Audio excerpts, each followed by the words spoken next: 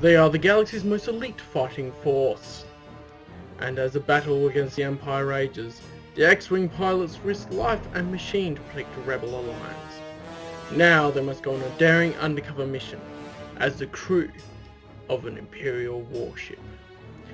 X-Wing Wraith Squadron. It is Wedge Antilles' boldest creation, a covert action unit of X-Wing fighters, its pilots drawn from the dregs of other units, cast-offs and rejects given one last chance. But before the new pilots can complete their training, the squadron's base is attacked by former Imperial Admiral Tridget, and a Wraith Squadron is forced to swing into action, taking over an Imperial warship and impersonating its crew.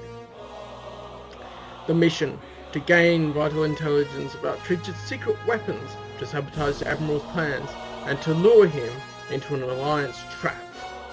It's a trap! But the high-stakes gamble pits Wraith Squadron's ragtag renegades against the Empire's most brilliant master of guile and deception. Are they up to the challenge? If not, the penalty is instant death.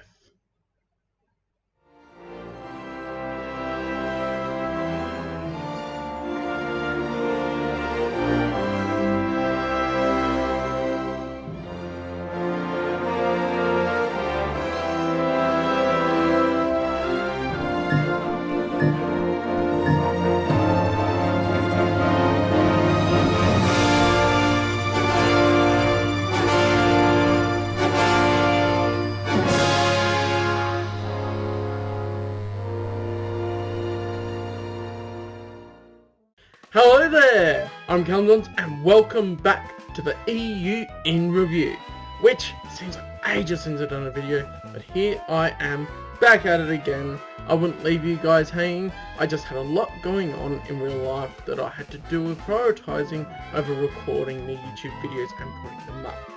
But anyway, if you're watching this in the future, it won't matter, will it? So today I'm going to be talking about Star Wars X-Wing Wraith Squadron, which is awesome. I have great fun just overall reading it. It took me a while because it was at the point in my life where I got really busy with doing some things that had high priority, so while it was really interesting, it took me a little bit longer to read, and that's why it's taken ages to get this book's review out compared to the others. Anyway, now I'm on Christmas break. It's good. Merry Christmas to everyone out there as well. Yes, so this was written by Aaron Allston and was released in 1998. I was 2 years old then, well, near the end of them. Probably 1 year old for most of it. Anyway, I really enjoy the plot of it. It's really interesting. What I really love about it is how they put the cast-offs rejects, as it says in the blurb, and puts everyone together in this ragtag bunch of really cool ideas for fun moments in amongst making it different with unique challenges for each of the characters and all of that. Really cool. Also, I would say the writing was really good. Between Allston and Stackpole, I didn't notice too much of a difference of me going, I can't visualise the dogfights, because some people have mentioned that some authors can't write the dogfights as good in some books as others.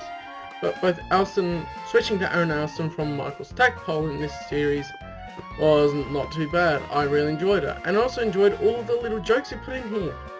Right, the Stackpole X-Wing books had jokes and stuff in it a bit, but this seems like they really took full advantage of the jokes, of the situational humour that Star Wars tends to have, which is really great. And I really enjoy Wedge's progress and everything through this too. So I think that's the main thing. I would definitely recommend the X-Wing series to anyone, of course.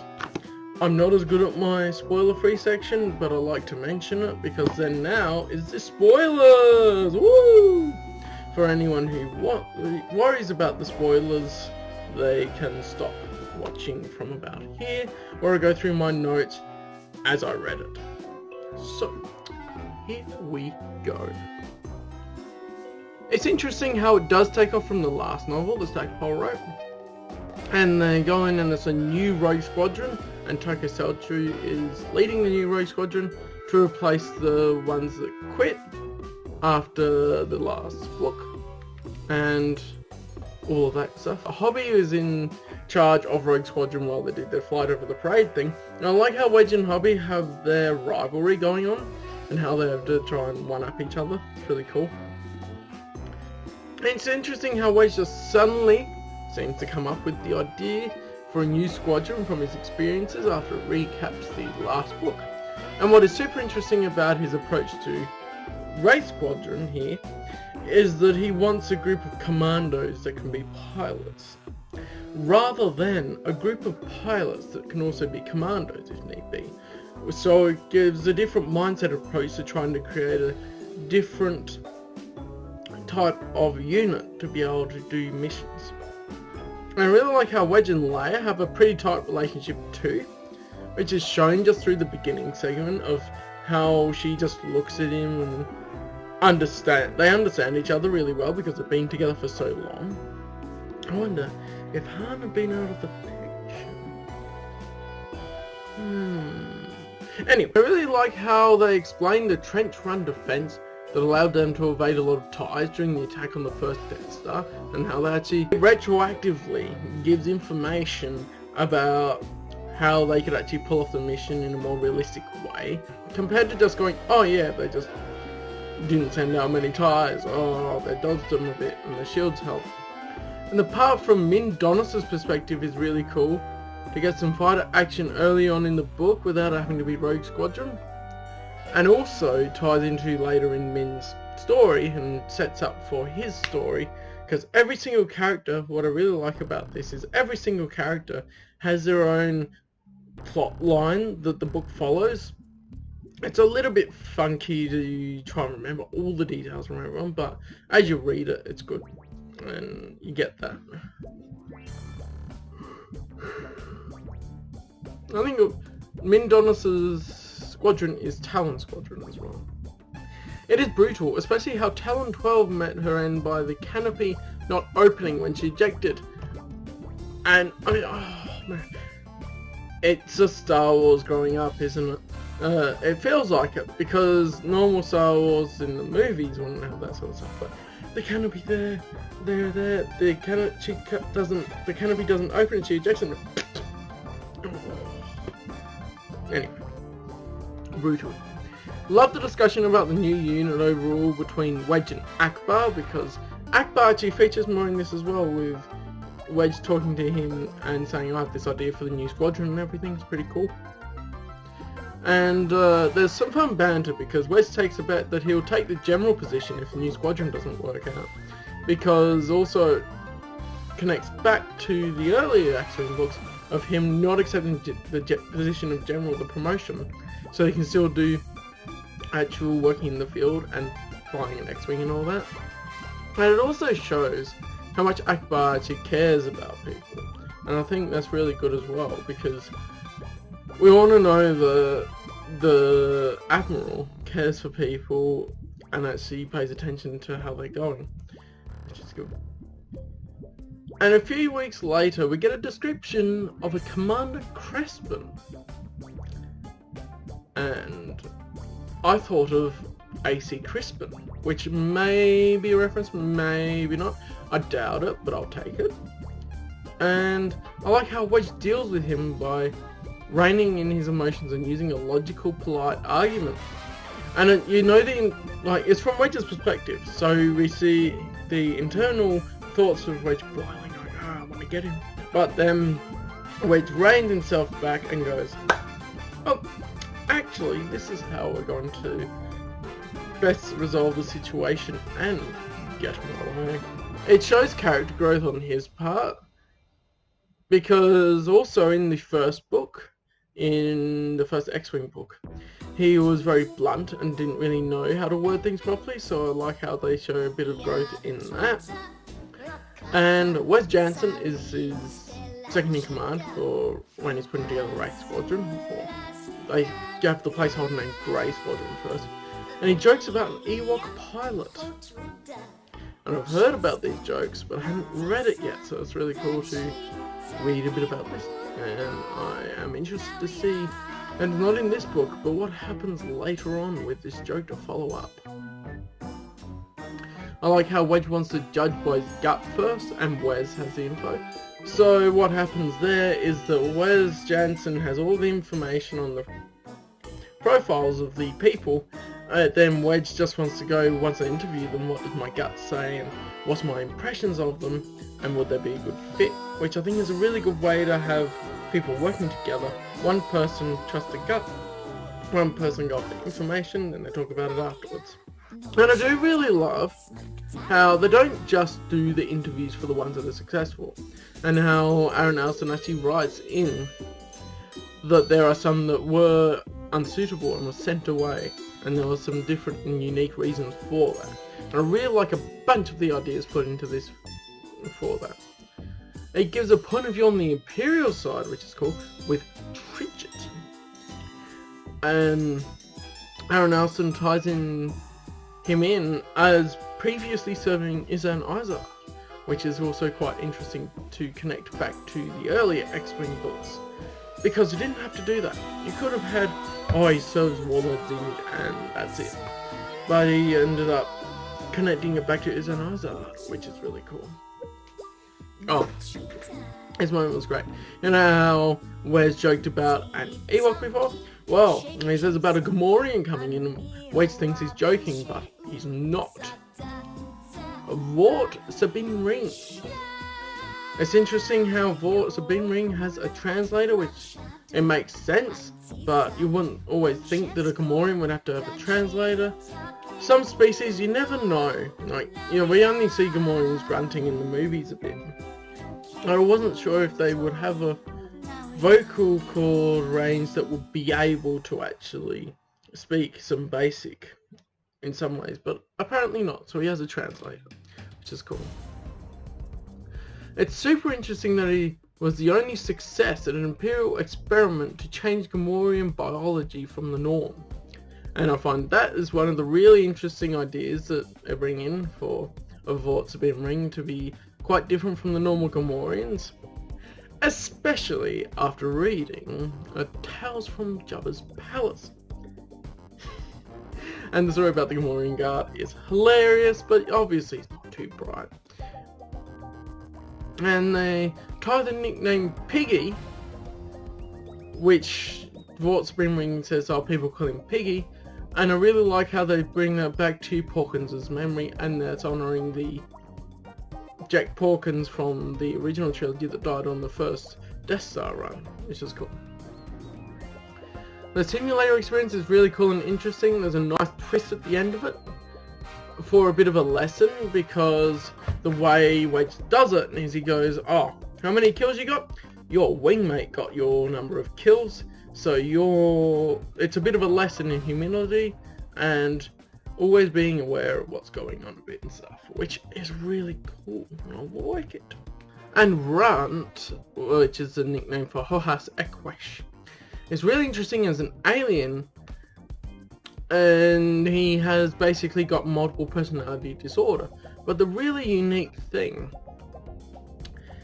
is that he changes between minds at will, and apparently the rest of his species does as well, and that's how he interprets everything, rather than the alternative of it being involuntary and not going well. Like, there's some involuntary bits, but that's where he has to get it under control. But apparently he also looks like a horse, of course. Although I could imagine him, like from the description in the novel, a bit different. Like, if you wanted to make a bit more of a unique Star Wars species, he doesn't have to look exactly like he has a horse head and everything. And he could look a bit different. How I would envision him just reading the description. Because, of course, when I looked it up, I did check on Runt.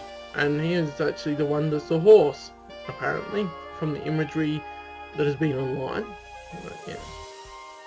I think it could be different, and I wouldn't be surprised if it's actually different if they go, okay, we want to not make it so much of a joke that he's a horse, and we can make him different. Anyway, Squeaky, which is hilarious because of the Canteen of Downtime, even has his own fun story attached, and he's always just banging out the pilots and everything. It's hilarious. I love the character of Squeaky. It's great. And Tyria Zarkin's first name, here's a deep cut of MMOs a little bit, makes me think of Guild Wars.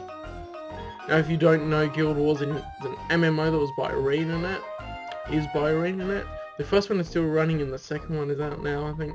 But I like the story of the first one more, the lore behind it a bit and stuff. Anyway, I played that when I was a kid. And they're in the nation of Tyria. So I think of Tyria with Guild Wars when I hear the name Tyria as well. It's not a bad name. I like the name. It just makes me think of that. Now it's interesting how Ton Fannin is allergic to Bacta. So that's why he has mechanical replacements. And I find that a really interesting thing, and they could almost delve into that a bit more in some different stories and that, where not everyone is able to receive a Bacta treatment to fully heal their wounds and everything. And so ultimately they do lose some limbs or something from injuries where others would not. And so they have to get replacement parts. It's also interesting how Tyria has some small control of the Force. And she says something about the Force is weak in this one, which I thought was a funny turn of the phrase. The Force is strong within my family. And Jasmine Akbar I thought was an interesting addition. The niece of Admiral G.L. Akbar. And she's a candidate but is later accepted in. As these are notes as I read them, so I'm like, oh, she's a candidate? Nah, she's in. And they have a squadron of 10 candidates left at the end, which is cool. And it has a great variety of species coupled with skill sets. Because there's also Grinder, who is a hacker, which is really cool. Basically, hacker. I love the little jokes between Cubber and Kel as mechanics. So Kel Tainer is also one of the main characters here. And he is got a very mechanical background and is on the bomb squad as a commando. And then so he can work on ships with Cubber, who is the mechanic on the X-Wings and that. And they have jokes and stuff that when you're reading it, it makes sense of like, oh, these are jokes in the industry and that. And I would just imagine how funny it would be to have these jokes when you're actually working in the mechanical industry in real life, and how relevant they would be. And I love how Han interacts with Wedge, and Wedge of course jokes with him, and it's good fun. I love seeing the interactions, like they have the appearance of some of the big three, like Luke and Leia. Luke isn't in this one, but he's mentioned a little bit. But Han and Leia appear in this book, and he's got really good interactions with them. I like how Wedge puts them through more training exercises under live fire, and Runt confronts Kel about his failures, bearing down on him and eating him up. Because Kel's weakness is that under pressure he feels like he's going to fail everyone, and there's a bit of a breakdown, so, which is cool. Because he can work on things, and it's really good character development when he does push past that. It's interesting how it alludes to a slicer traitor in a similar way to earlier books. Because of course in previous books there was a traitor in Wraith Squadron. I'm not going to spoil if you haven't read those, but you should.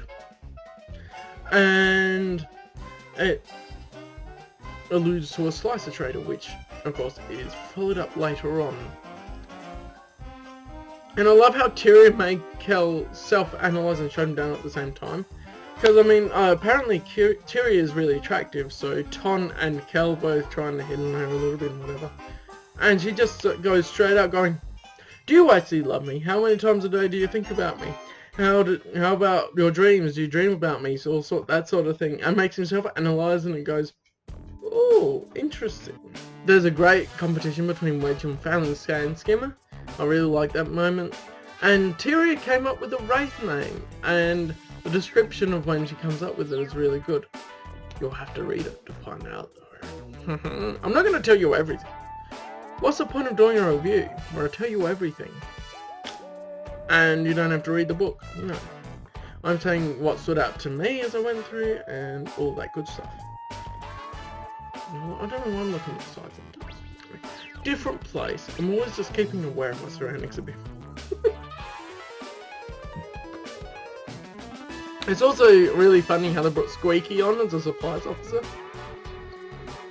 And I feel like actually a bit later on, with bringing Squeaky into the supplies officer, he appears a few times, but not as much as the droid supplies officer in the earlier X-Wing books. And that is an interesting way of doing it, because he has a lot of funny moments they could be, but maybe there were some moments that would cut as well, because they were like, oh, this drags a bit, no, that's a bit too much of Squeaky or something, because I can see where that might happen as well. And it's cool because the training exercise was cut short by the actual threat of Admiral Tridget coming in, and bam, everything clicks in. Really clever how they tricked Tridget, and also like how it switches perspectives between Tridget and the Rogue Squadron, and between Rogue Squadron people as well. I really liked the way that it was written during the dogfights and how it incorporated the different elements. And I like how Kel's R2 has this quirk with the number 13. So his R2 droid is nicknamed 13 because when you ask it for a random number, it will always say 13. And they tried to fix it and they couldn't.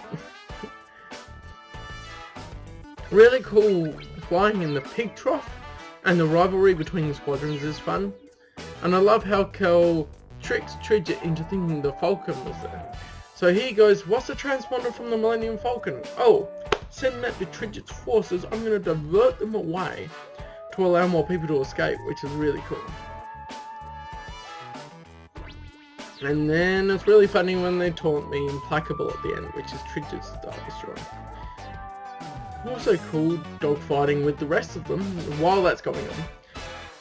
All the dogfighting and all that, really cool read. I really have fun with that. And the aftermath of the battle was really cool as well, because you're like, I was reading it and I was going, yeah, I don't know how invested I will be at the start with all the characters, but then it sucks me in and I go, ooh yes, let's work out what's happening afterwards. What is their next step? What are they going to do? I like how Wedge is saying he has a hard time anticipating them when giving them an objective. He gives the race an objective, they're hard to anticipate. That makes them good soldiers because the Empire won't be able to anticipate them either. And it's interesting how they basically EMP'd when they go to doldrums. And how they plan to board the ship that comes to find them. Because of what basically happened as far as being EMP'd is they have mines floating in space on approach vectors to the planet, and then Wraith Squadron gets caught up in it. As EMP'd, has to fix their ships and stuff, and then during that time they form the plan of like, oh, one of the ships will actually be coming along here, let's see if we can take it over. And I really love the idea of how they do that. It's interesting how Piggy's biology makes him more suitable for the plan as well, and how they take into account the different biology of different species and stuff. It's like having the Gand in the previous X-Wing novels. They take advantage of the different biology. It's really good how they take advantage of Piggy's biology here. And how Piggy mentions R2 units are built for hard vacuum repairs, which by this time it was 1998, so the Phantom Menace hadn't been brought out yet. But this connects into the Phantom Menace because we see R2-D2 go out at top of the Naboo cruiser and do some hard vacuum repairs. It's funny how Piggy getting command of the Nightcaller is actually something that can happen. It was actually real. When I read it, I mean, it didn't seem unrealistic that it would be able to happen. That's what I mean. It's because Piggy goes in a certain pod, gets into the ship and basically takes it over. Damn, the crew must be bad. Anyway, the way he does it, I didn't have to really force myself to suspend my disbelief, and it felt like it really could happen in the universe. Wedge reveals that he has a plan that he proposes to them to basically infiltrate Zinger's fleet to be able to get closer to him, which is a nice plan that seems especially suited to the race and their skill set, because I haven't even mentioned everyone in Wraith Squadron yet. The hololog of Captain Derillian is funny how they present it, and interesting how Face actually acted in something with Izanizard. So Face, another one of Wraith Squadron, whose skill in acting is what is his main perk for the squadron. So he actually pretends to be Captain Derillian. Now he also has a background where they connect him with Izanizard again. And he goes, oh, I acted something. I saw Izanizard. Here's how she was like, and what I think. And there is a little typo, I think. It says much simple, when I thought I should say much simpler. They missed an R on the end of it, which is quite easy to happen. I noticed Min Donos seeming really attached and really a bit odd with his astromech. This comes up a bit later. And it's nice how the night cooler was modified so they could carry all the X-Wings inside and have the ties outside, so they didn't alert any of the Imperials. And it's also interesting that it made it so that the night cooler, which is the ship they took over, if I didn't mention it before, is actually not big enough to hold all the X-Wings. And putting Wedge and Fallon in a tie is fun. For when Wedge is in the TIE fighter, he goes, oh, I hate these, I don't have shields, I could die at any moment. All of the thoughts that go along with that is good fun to read. And it's interesting, they call themselves Greyflight as they fire the TIE fighters, which was the placeholder name for Wraith Squadron until the name Wraith Squadron came up and was accepted. And the call from Vimor 4 is funny, because, I mean, they're near Vimor 4 there. They call, you go with the night cooler and then Face having to be Captain Derillian during the call. Good stuff there, good stuff there. And they're officially commissioned, apparently. Oh, brain. The call from Vimor 4 to get approval to use the night cooler to infiltrate Zinger's fleet is really cool. And they're officially commissioned to do that. Akbar shuddering at Squeaky being the acquisitions officer is funny. I do like those bits of jokes, and I like the interaction between Jasmine and Jiao Akbar, how they have that bit of a relationship there. It's nice how they make the night cooler their base pretty much. It's interesting to me how Rung gets better at switching over mines. Now there is more involved with that than I'm mentioning, but you have to read the book for that. And Tyria going off a grinder surprised me too. I really like how Callum and Fannin were there to help her, and she revealed why she didn't like him. But yeah, Grinder the Bother Slicer. Also, hearing about the Antarian Rangers is interesting, because I hadn't clicked, at least, I didn't remember details about the Antarian Rangers before. There is a small Clone Wars date oddity because of the time this was written, before the Clone Wars really started. But it doesn't really matter, because you go, well, this was written beforehand. Obviously, it's going to have a little bit of a oddity in the continuity there. And it's really cool how Face uses his acting to infiltrate the planet, and Grinder encrypts information on an audio format, rather than a normal way of encrypting information on a data crystal or something. It's an audio format, and it's really cool. On page 190, there is a typo. It says agains, instead of against. It's really cool how they go in as commanders and infiltrate the location, and I really like reading that part. Fighting the Probots is cool as well. Really see how dangerous they are as well compared to the self-destructing one in Empire Strikes Back.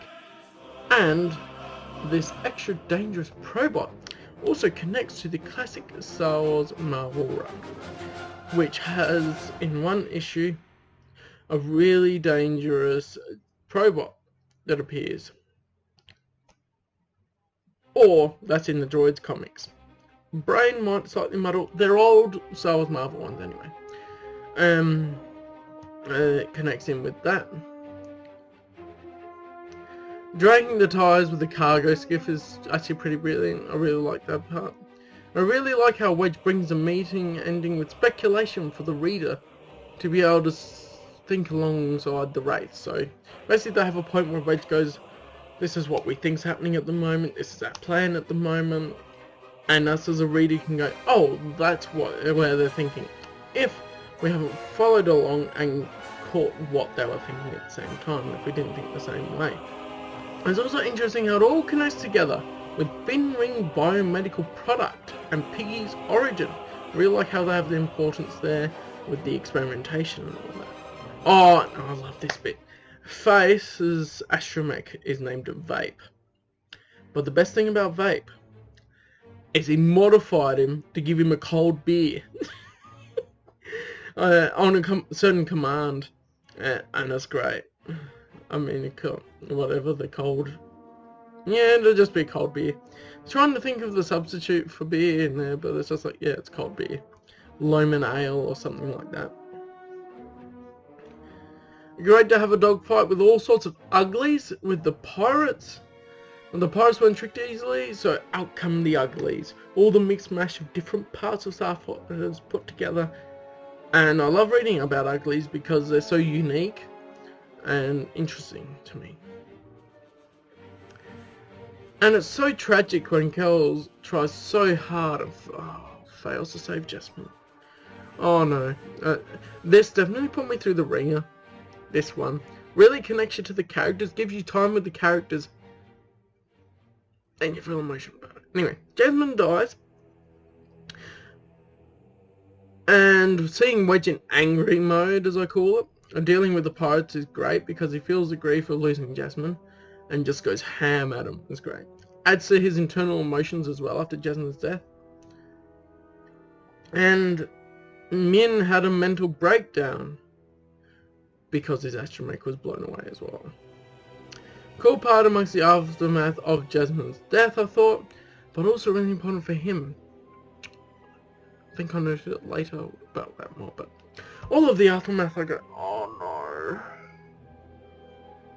Why do I have to experience these emotions? It's so sad. It's really cool lead into what's going to be the big event of the night, cooler goings amongst multiple other Imperial ships, or at least that's what it alludes to a bit earlier on. We shall see. It's a nice change for Tana's view of Wes Jansen as he realises they're covering for Min Donis as well, because after Min has his breakdown, they're all trying to help him. I think Wedge and Wes aren't going to be trying to help him either, so they try and hide it from him. Then he realises they are as well, because they want the best for their squad members too, to be able to do what they can.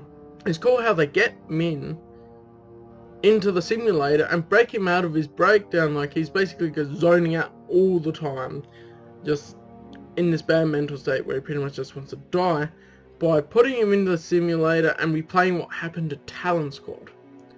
His most powerful moment. And the little detail of him not wanting to give away Grinder shows he still cares about people and everything with that, so he still actually cares about his friends. It's interesting how being vulnerable with Min Donis brought Kel and Tyria to the point where they actually end up confessing their feelings to each other, becoming a couple. And they're really happy too. But the interesting thing with Min Donis is when they're being vulnerable with each other, it's revealed that Min had such a connection to his astromech droid, and it was destroyed because he's like, that was the last Talon, that was the last of my squad that went and all died from acting retreat ship before, at the start of the book, which I thought was a really cool moment for his character. It also mentions that Tycho is now the leader of Rogue Squadron. I mentioned that earlier, but I don't think I noticed that earlier in my notes. And it's an interesting idea to infect the ship they are meeting with to avoid being discovered, because they were going to meet with the ship to be ready for the Admiral, meeting Admiral Tridget doing this thing for Zinj, and they end up breaking into a bioweapons place, going in, stealing the stuff, and infecting the crew of the ship they were going to meet because they wanted to meet in person. So they went, oh, let's just do it all over holocall, so Face can still pretend to be Drillian. while going ahead and being able to do their undercover mission.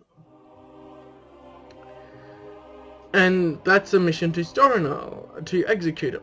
The disguises are great. I really like the disguises, as well as it going into some themes of anti-alien sentiment in the Empire, because they have Gamorreans that are all slaves there and they don't think anything of them. And so Piggy pretends to be one of these slaves basically. Oh man, Face Wedge and Donis' entry as Aduma Yokels is great. I love that. And it's cool how the different groups stay in different places, but there's actually the closest places to their objectives for the mission.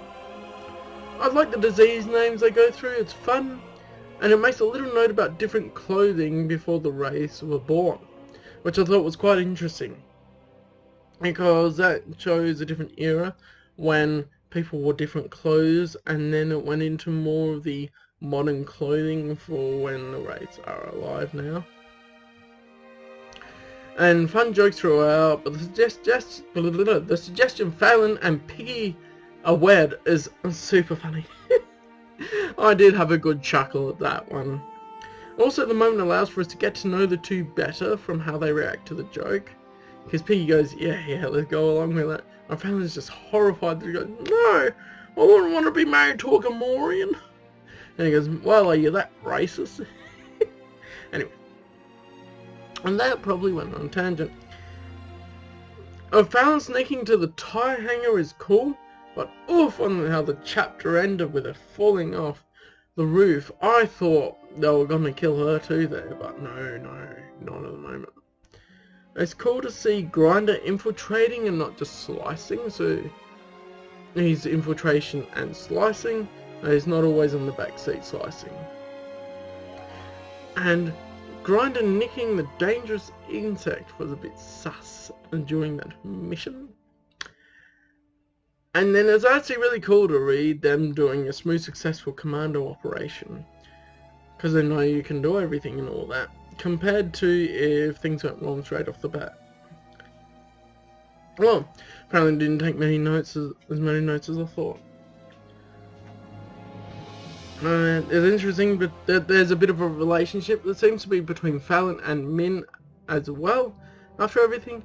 And posing as maintenance staff was a cool idea, and I love how they have a progressive complication with others coming to do it too, and it's fairly smooth, successful still, but things happen a bit. And then the final act, when Face, pretending to be Captain Drillian, was talking to Tridget and said eyeballs, which is rebel lingo for TIE fighters, and he slipped up and everything happens, everything goes loose. But it's really cool, the final moment where they go out, take out the Star Destroyer that Admiral Tridget's in, and basically then it leads on to going, well, our cover's blown now, what are we gonna do? And then they end up going, we were the only survivors from these two ships that were destroyed by the New Republic forces, and then going back.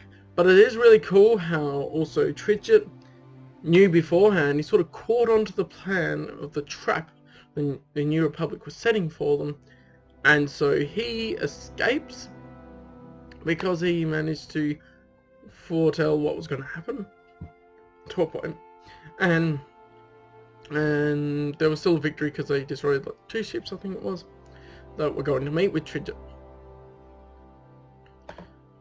So yeah, really cool how the ending leads into a sequel quite well, with them going, alright, we're going after Zinj now. You've proven your squadron, and you're going to go after Zinj, and then that will be the next Star Wars novel I read. But not, for now, the next actual novel I will read. Actually, I've already read the novel, because I didn't have time to record the YouTube videos, but I did have time to read while I was travelling. So I'm going to have a couple of different reviews coming out after this one that are non-Star Wars ones, but it's good. So thank you guys so much for watching. Hope you really enjoyed hearing my thoughts. Would love to talk about anything you found really interesting in this novel, or Wraith Squadron in general, because I did know a bit about some things, but I forgot a lot of details as well that I looked up when I was younger, because I'm like, I'm reading now, I'm not looking up anything more, unless it's throughout the thing, like Run, looking a bit like a horse and stuff. and all that good stuff. I'm definitely going to get back into more Star Wars novels when I get back to my main place, but for now, this will be it. So thank you guys for watching. Hope you enjoyed it. Don't forget to subscribe for more Star Wars Expanding Universe content going to be coming out. While the novels are taking a break, the comics won't be, for reviews and all of that good stuff.